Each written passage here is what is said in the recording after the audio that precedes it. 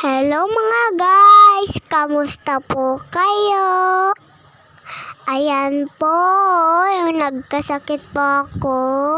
Yan po ang pinapainom po ni mama ko. Ayan nga pinapunasan nga po ako ni mama ko.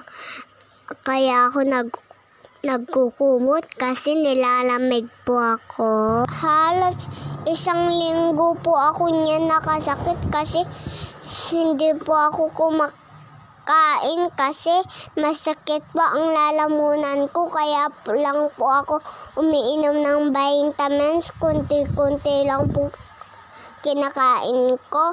Sinusubuan nga po ako ni mama ko. Uso po ngayon ang mga nagkakasakit po ng ganito kasi po mainit ang